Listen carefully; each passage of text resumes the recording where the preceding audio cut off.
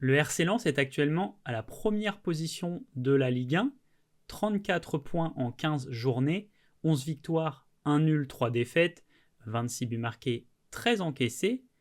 L'équipe est d'ailleurs sur une belle série avec 5 victoires sur ses 5 derniers matchs. Lens, c'est une équipe qui a connu une évolution croissante sur la dernière décennie, qui est redescendue, puis remontée, puis redescendue, pour remonter une dernière fois, on l'espère, en 2020-2021.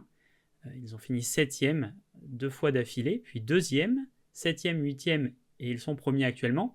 C'est marrant d'ailleurs, parce qu'on voit revenir une sorte de pattern, 2 saisons médianes, on va dire moyennes, une excellente, 2 moyennes, mais qui à l'échelle d'un relégué est très correcte, hein.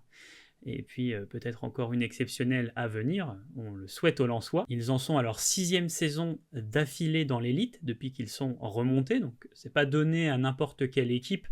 La plupart de celles qui montent en Ligue 1 ont tendance à faire l'ascenseur.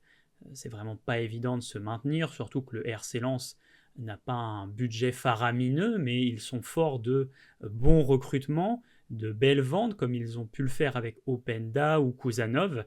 Voilà, des grosses plus-values. Ça fait sans doute partie des clubs français qui travaillent le mieux sur les dernières saisons. Il y a une belle cohérence. Et il y a eu l'aventure Franck Hayes, et puis ils sont allés rechercher Pierre Sage après ces années lyonnaises. Le moins qu'on puisse dire, c'est que pour l'instant, ça fonctionne. Mais la qualité de la direction sportive, on aura l'occasion d'en reparler au fil de la vidéo. Vidéo qui se veut d'ailleurs plus complète que celle que j'ai pu faire précédemment lors des analyses d'équipe. On aura toute une partie collective, mais maintenant une nouvelle partie individuelle avec les meilleurs joueurs dans différentes catégories statistiques. On essaiera d'aller un petit peu plus en profondeur encore.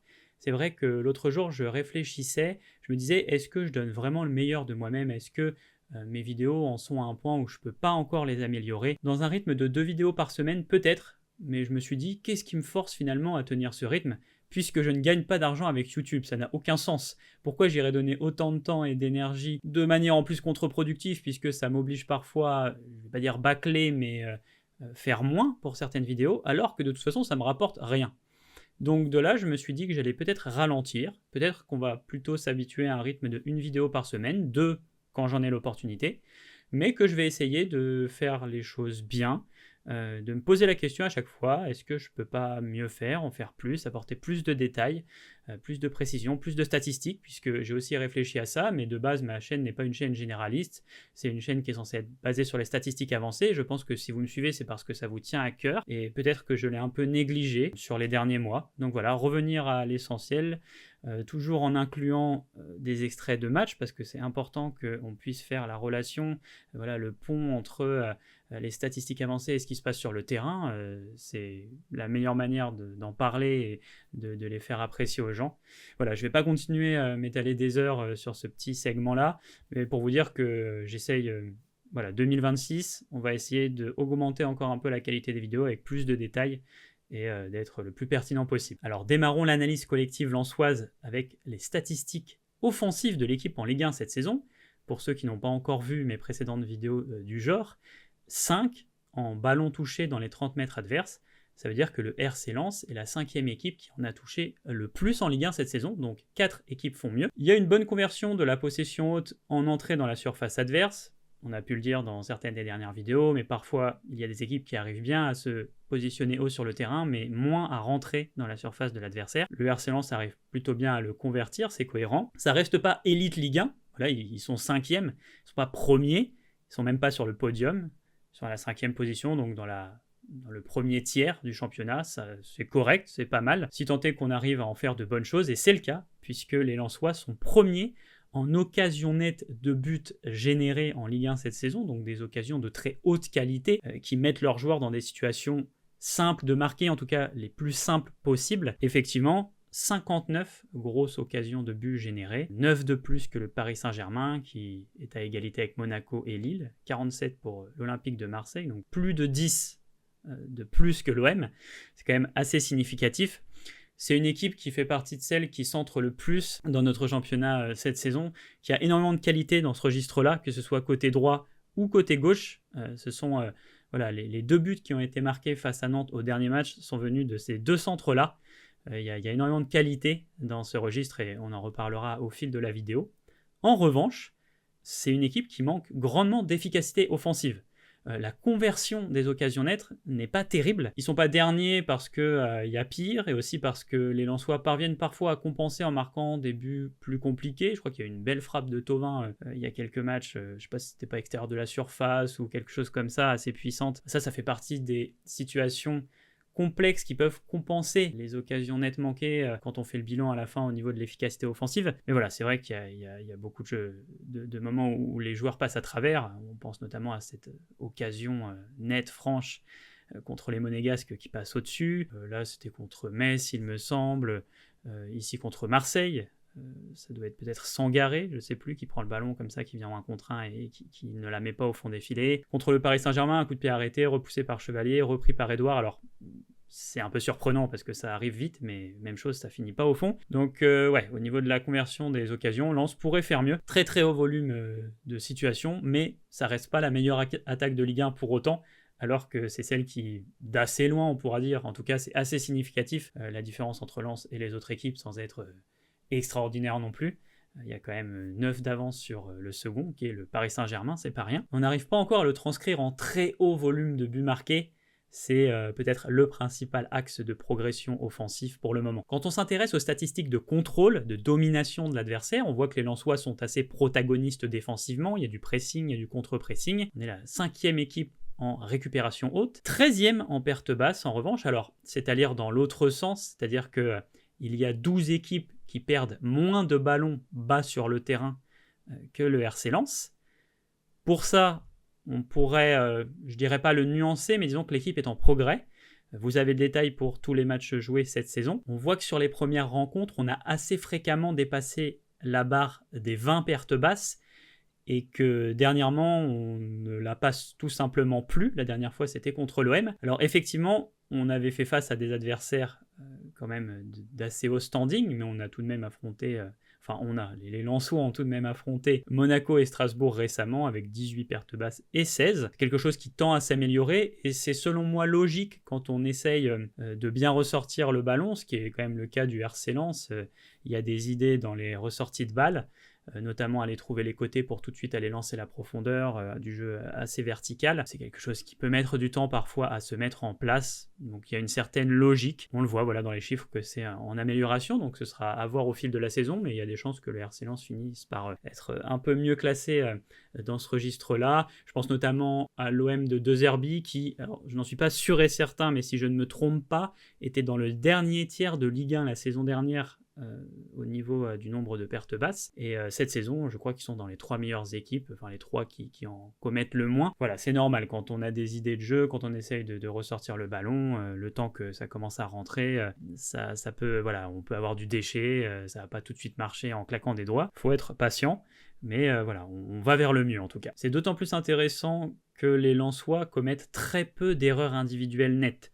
Que sont les erreurs individuelles nettes? Carton rouge, but contre son camp, rendre un ballon à l'adversaire pour lui offrir une occasion immédiatement, concéder un penalty par exemple. Donc à ce niveau-là, c'est top. C'est-à-dire que, ok, il y a pas mal de pertes basses, mais derrière, on n'en subit pas tant que ça les conséquences parce qu'on a de la qualité, on a des joueurs qui s'affolent pas forcément, qui sont capables de rattraper des petites bourdes, des petites pertes à droite à gauche qui finalement n'auront pas de conséquences vraiment notables. Et en plus de ça, on a un des meilleurs portiers du championnat de France cette saison avec Risser, qui a sauvé un assez haut volume de buts. On a ce penalty arrêté contre Monaco. Je crois qu'il a arrêté également un penalty contre Nantes, mais que c'est revenu sur l'adversaire qui a marqué par la suite, il me semble. En tout cas, on avait 2 pénaltys arrêtés dans les faits. Très bel arrêt contre Metz, belle sortie comme ça face à Lens. Il y avait eu un autre bel arrêt. Bon, là, c'est quelques exemples. Il en a fait beaucoup, comme vous pouvez vous en douter, compte tenu de ses statistiques avancées. Celui-ci aussi contre Le Havre, comme ça, où il va très vite au sol, il se détend bien et il arrête cette grosse frappe. J'ai publié récemment un post qui concernait les gardiens de but sur le pourcentage de XGOT évité. Donc c'est expliqué là si vous ne savez pas ce que c'est. Vous pouvez aussi acheter mon livre, vous procurez mon livre, je l'explique à l'intérieur. J'explique voilà, en détail un très grand nombre de statistiques avancées. Et parmi le pourcentage de XGOT évité, c'est le 10e meilleur gardien d'Europe cette saison, en tout cas parmi évoluant dans les 5 premiers championnats européens, performance en club, toute compétition confondue et en sélection comprise, même si lui n'est pas en sélection. Là, on voit monsieur Hervé Kofi du SCO d'Angers. C'est assez exceptionnel ça aussi, puisque Kofi finalement est un joueur lensois, il me semble. Voilà. Je pense que les Lensois sont tranquilles pendant un petit moment. Alors Kofi est plus âgé, mais Risser, voilà, on a l'expérience et la jeunesse au sein du même club. Donc voilà, c'est très positif. Quand on s'intéresse à présent aux statistiques défensives, on voit des choses qui vont moins bien. Notamment, on permet une assez haute fréquence de possession haute à l'adversaire. L'adversaire n'a pas tant de mal que ça à atteindre nos 30 derniers mètres. Mais bon, on pourrait bien verrouiller notre surface, et c'est pas forcément le cas. On est aussi dans le dernier tiers de Ligue 1 sur les entrées dans la surface subies. Malgré tout, on parvient à sauver les meubles en ne concédant pas un volume d'occasions nettes critique. Ça reste la 8e position, c'est-à-dire qu'il y a 7 équipes en Ligue 1 qui concèdent moins d'occasions nettes que les Lensois. Donc là, c'est pas qu'ils sont premiers ou podium ou premier tiers, c'est qu'ils sont 8e. Sans doute le principal axe d'amélioration à ce niveau-là. Parce que pour le moment, Lens est l'équipe qui jouit de la plus haute efficacité défensive. Pour 2 raisons. Déjà, la première que nous avons évoquée précédemment, c'est-à-dire que le gardien est en feu, très fort, très performant, mais aussi que les adversaires, de temps en temps, et j'ai pu le voir en regardant les slides, manquent des occasions de très haute qualité, sans forcément que ce soit le gardien qui ait à tant que ça s'employer. L'efficacité offensive, c'est bien, mais c'est pas toujours quelque chose qui va durer toute une saison, ou si ça dure toute une saison, ça va pas toujours durer des années. Des joueurs en surperformance individuelle peuvent parfois avoir un petit coup de mou, parfois c'est juste un état de forme, et ça finit par se rééquilibrer. On va pas forcément pouvoir compter là-dessus tout le temps, ou ce serait mieux de pas devoir tout le temps compter là-dessus. C'est ce que je dis souvent, c'est bon signe d'avoir un très bon gardien, un gardien qui ressort très bien dans les statistiques avancées, mais ça veut aussi dire que les adversaires ont les occasions qui lui permettent de bien ressortir dans les statistiques avancées. Il faut aussi le voir sous cet angle-là. Donc ouais, au niveau du RC Lens, peut-être un petit point d'intention au niveau défensif, et Risser qui pourrait parfois avoir peut-être des coups de mou, et ça aurait potentiellement des conséquences sur le tableau d'affichage et sur le classement du RC Lens cette saison. C'est quelque chose que l'on constate aussi quand on regarde le classement aux expected points, qui est basé sur la production offensive et défensive des équipes.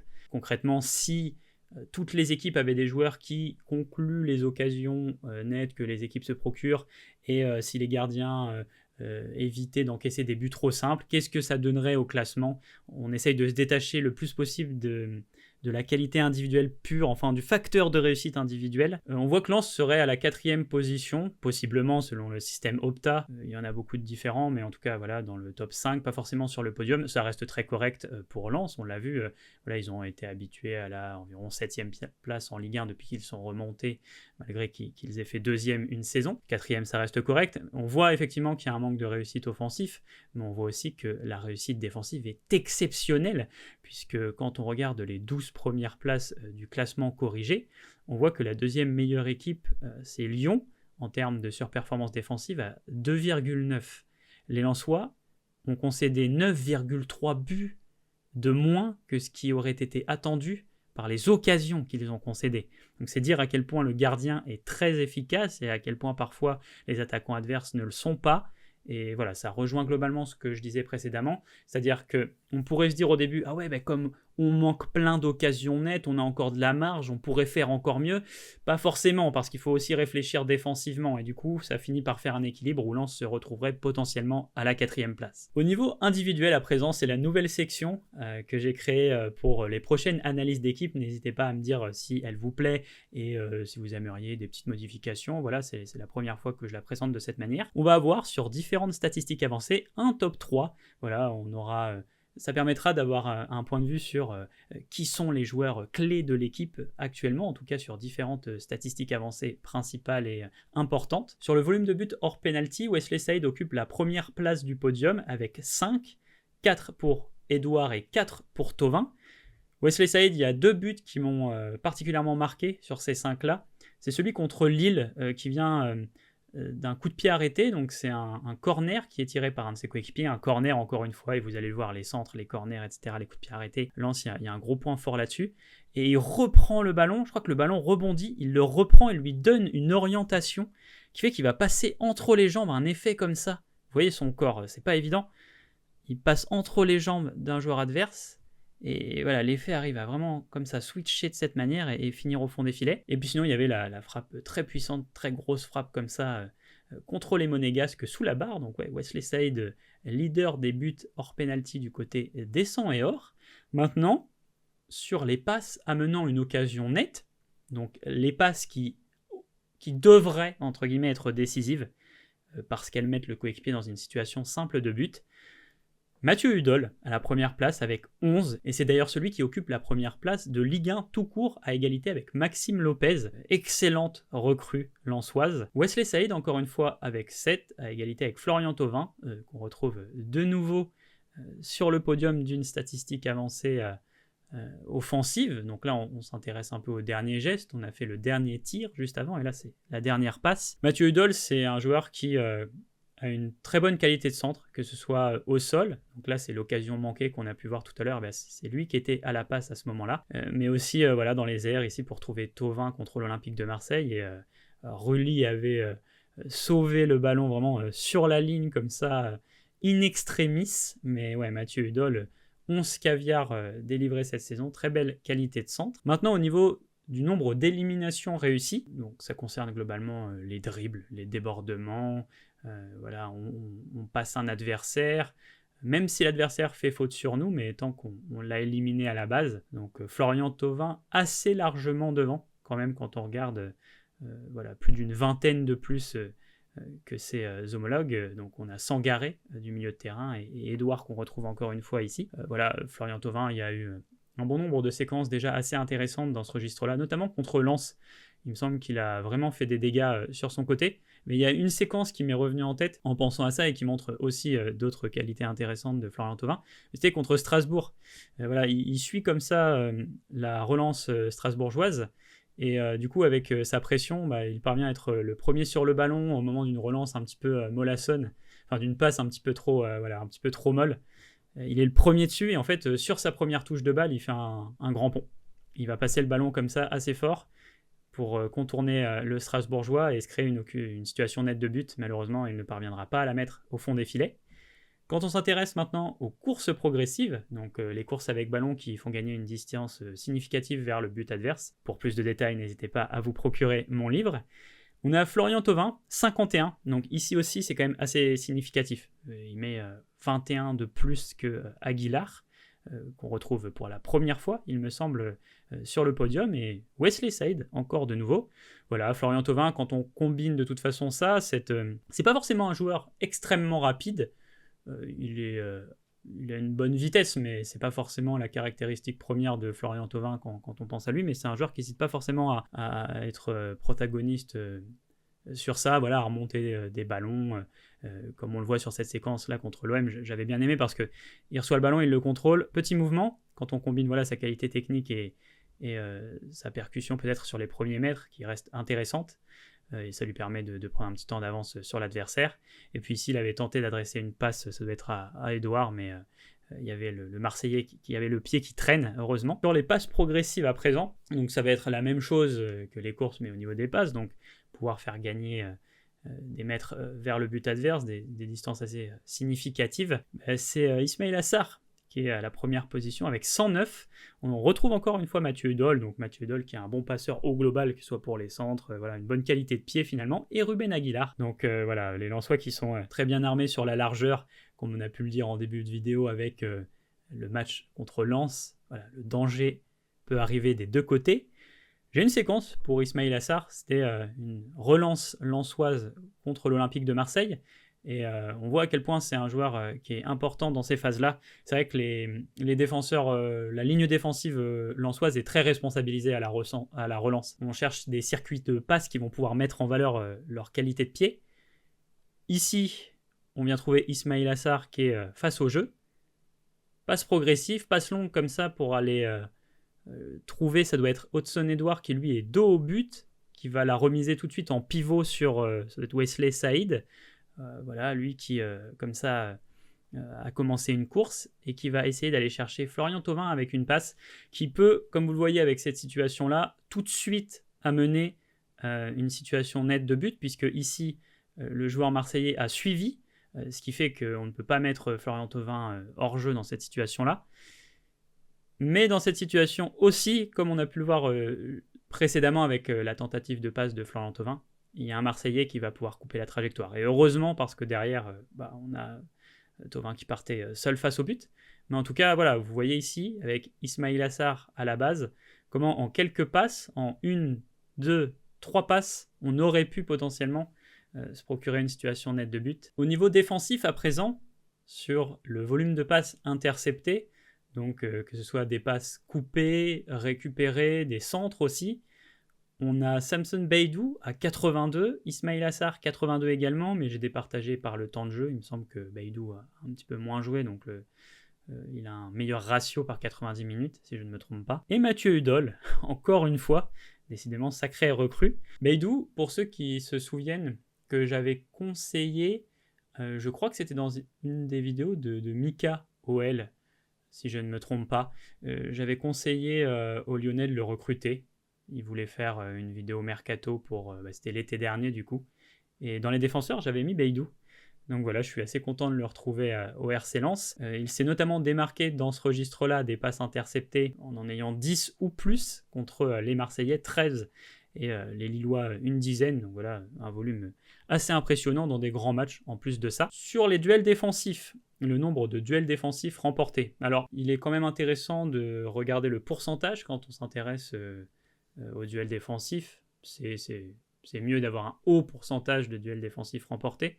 Mais je voulais aussi mettre en avant l'activité défensive en elle-même, et c'est cool parce que ça permet de faire ressortir Adrien Thomasson, qui se donne dans cet aspect-là. C'est un joueur qui a du cœur, qui a du coffre, et on voit qu'il a quand même une belle avance sur Sangaré, deuxième, et Ruben Aguilar, qu'on retrouve encore une fois. Adrien Thomasson, il y a des matchs où il va disputer une vingtaine de duels défensifs. On ne parle pas juste de la pression ici, on parle vraiment d'aller sur l'homme, d'aller gêner son adversaire ou d'aller disputer un 1 contre 1. On voit que c'est pas toujours remporté, on le voit avec les petites croix, il se fait parfois éliminer, mais en tout cas on peut pas lui reprocher de se donner. Et ça me fait un petit peu penser, en disant tout ça, Lens me fait un peu penser, j'aurais pu conclure avec ça, mais pendant qu'on y est, à Brest. L'année où Brest fait une grosse saison, je ne sais pas si vous vous souvenez de l'analyse qu'on avait fait de l'équipe, mais on revenait un peu sur ces préceptes-là du cœur, de l'intensité, et aussi une équipe qui avait une forte qualité de centre, qui avait une grande capacité à créer du danger sur ces phases de jeu-là. Sur les duels aériens, on retrouve Beidou à la première position, 27 duels aériens remportés, 25 pour Ismail Assar et 16 pour Sangaré. Sangaré, bon, j'imagine que vous vous souvenez aussi pour ceux qui en veulent, mais que j'ai conseillé cet été. J'avais dit les jeunes milieux à recruter et il était dedans. J'avais dit que j'avais trouvé très intéressant, notamment balle au pied, etc. Il est en train de faire une super saison du côté du RC Lens. Beidou, il y a 2 buts de la tête, donc ça reste assez notable aussi dans ce registre-là. Les 2, encore une fois, viennent de coups de pied arrêtés. Celui-ci, je crois qu'il est tiré direct et celui-ci, il est joué à 2, puis après centre contre le PFC, et puis c'est Beidou qui le reprend et qui le met au fond des filets. Voilà pour l'analyse individuelle à travers les statistiques avancées. On a maintenant le nombre total de fois où les joueurs ont été sur le podium dans les différentes catégories que j'ai pu vous présenter précédemment. Sans trop de surprise, le joueur clé, la star de l'équipe, l'ancien, l'expérimenté Florian Thauvin, présent à 4 reprises, suivi par Malang Sarr, Sangaré, Mathieu Hudol, Ruben Aguilar et Wesley Saïd. Samson Beidou présent à 2 reprises, Hudson Edouard 2 fois et Adrien Thomasson 1 fois pour les duels défensifs. Ce qui est impressionnant, c'est que dans cette liste, on a 1, 2, 3, 4, 5 joueurs qui sont arrivés cet été, qui sont déjà parmi les joueurs clés de l'effectif, sans compter le gardien, dont on a parlé précédemment, qui est sans doute l'un des joueurs les plus importants de l'effectif au regard de la première position du RC Lens au classement, l'un des joueurs les plus décisifs, l'un de ceux qui a été le plus important pour permettre ça actuellement. Quand on parlait d'une très bonne direction sportive juste avant, je crois que c'est un euphémisme, d'autant plus au regard de la Ligue 1 qui contre des clubs qui parfois alternent entre l'excellent et le désastreux dans ces registres-là. Donc ça fait plaisir d'avoir une équipe cohérente, qui recrute intelligemment, qui sait ce qu'elle veut. On ne peut pas non plus passer au-dessus du recrutement de Pierre Sage, qui me semble être le combo parfait. J'ai regardé pas mal de ses interviews. On voit qu'il a tout de suite saisi ce qu'on attendait de lui, ce qu'attendaient les supporters. Il a tout de suite compris l'ADN de l'équipe, quel était le projet sportif, la direction globale du club. On a l'impression que c'est le match parfait, voilà, qu'il s'est totalement adapté, qu'il arrive à faire en sorte que les joueurs surperforment justement, en tout cas puissent donner le meilleur d'eux-mêmes. C'est pas évident. On a pas mal de coachs qui vont parfois être freinés sur cet aspect-là, voilà, avec des joueurs qui coûtent pas forcément toujours les yeux de la tête, sans avoir un budget qui fait partie des 3 meilleurs de la ligue, qui vont parfois voilà, avoir du mal à trouver des solutions. Et le coaching, c'est aussi savoir mener les hommes, c'est aussi savoir faire en sorte qu'ils puissent donner le meilleur d'eux-mêmes, les mettre en confiance. J'ai le sentiment, en tout cas d'un point de vue extérieur et en regardant les différentes interviews, que c'est une des qualités principales de Pierre Sage, de parvenir à concerner son effectif, en plus d'avoir un assez bon registre tactique, je pense. Voilà, j'ai hâte de voir ce que ça va donner au fur et à mesure de la saison. En tout cas, pour le moment, ils sont à la première place. Est-ce que ça durera? Est-ce que Lens sera champion de Ligue 1? Ce serait historique, ce serait fou, ce serait extraordinaire. Vous imaginez Pierre Sage qui amène le RC Lens au sommet, le retour de Florian Thauvin en Ligue 1, voilà, l'équipe qui prend le titre. Forcément, si je devais miser ma vie là-dessus, c'est pas ce que je miserais, mais en tout cas, je leur souhaite. J'ai beau supporter le Paris Saint-Germain, ça fait tellement plaisir de voir des équipes qui bossent bien comme ça, cohérentes, avec des projets de jeu qu'on peut comprendre. C'est pas non plus, ils surfent pas sur de la chance. Ils ont des individualités très fortes, certes, leur gardien qui fait de très grosses performances. Mais bon, c'est aussi de la gestion d'hommes, il faut savoir le concerner, le gardien, il faut savoir le mettre en confiance. Est-ce que ça va durer, comme je vous l'ai dit? Peut-être pas, il y aura peut-être des trous d'air et à ce moment-là, il faudra trouver des solutions pour peut-être moins concéder défensivement. On a vu que c'était peut-être l'axe principal de progression puisque malgré tout, même en ratant un haut volume de situations nettes de but, Lens parvient à marquer des buts, donc il pourrait parvenir à rester assez haut au classement, même en continuant à manquer. Par contre, si on avait moins d'efficacité défensive, si les joueurs avaient une baisse de forme, peut-être qu'on pourrait plus facilement le ressentir. Donc garder un point d'attention là-dessus, mais en tout cas sur le travail au global qui est fourni, sur ce que l'équipe produit, ses ressorties de balles, les qualités de centre, ça peut venir des deux côtés. Il y a aussi un jeu assez protagoniste, on va essayer de récupérer les ballons haut. Non, franchement, il y a plein de belles choses. Comme on le disait, ça s'améliore en plus. On en a parlé quand on discutait des pertes basses, ça a l'air d'aller vers le mieux. Donc espérons pour l'équipe que ça aille vers le mieux défensivement également. On aura l'occasion de le voir. Si vous êtes lensois, apportez-nous votre témoignage. Est-ce que ce qu'on a pu voir au fil de la vidéo coïncide avec ce que vous constatez au fur et à mesure des matchs? Est-ce que les statistiques avancées mettent bien en avant ce que l'œil peut percevoir? On sait que parfois le supporter peut être un peu biaisé justement par la réussite. Le problème du supporter, c'est que souvent on retient que les conséquences, pas forcément ce qui s'est passé en réalité dans la production. En fait dans ce match notre gardien on a sauvé 3, peut-être qu'on aurait perdu si ça n'avait pas été le cas, mais ça on a plus de mal à se le dire que l'inverse.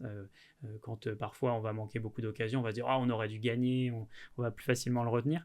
Donc en tout cas n'hésitez pas à dire si tout ça est en corrélation avec ce qu'on a pu dire au fil de la vidéo, à dire ce que vous pensez de Pierre Sage, du collectif en lui-même, enfin nous donner votre avis général en fait sur la saison lensoise. Et puis si vous regardez cette équipe d'un œil extérieur, ce que vous en avez pensé également quand vous avez affronté, si votre équipe a fait face au RC Lens. J'espère que cette manière de présenter les analyses d'équipe vous plaît. Si vous avez des suggestions pour l'améliorer, je suis preneur. Comme je vous le dis, il est possible qu'on réduise un peu le rythme des vidéos, mais en tout cas pour le mieux, faites-moi confiance. Ce sera pour qu'elles soient plus travaillées. Et parfois, quand de temps en temps, je sais que je peux faire une vidéo en quelques jours, j'ai un petit sujet à traiter rapidement, une petite analyse rapide. Par exemple, là, j'ai quelque chose en tête qui pourrait sortir assez prochainement sur un joueur dont on ne parle pas pour le moment en Ligue des Champions, mais qui fait peut-être partie des meilleurs joueurs de la compétition actuellement. Ce sera peut-être ma prochaine vidéo, on verra. Mais en tout cas, portez-vous bien d'ici là. Et n'hésitez pas à me soutenir, évidemment, un like, un partage, un commentaire. Et d'ici la prochaine vidéo, je vous dis à bientôt l'équipe.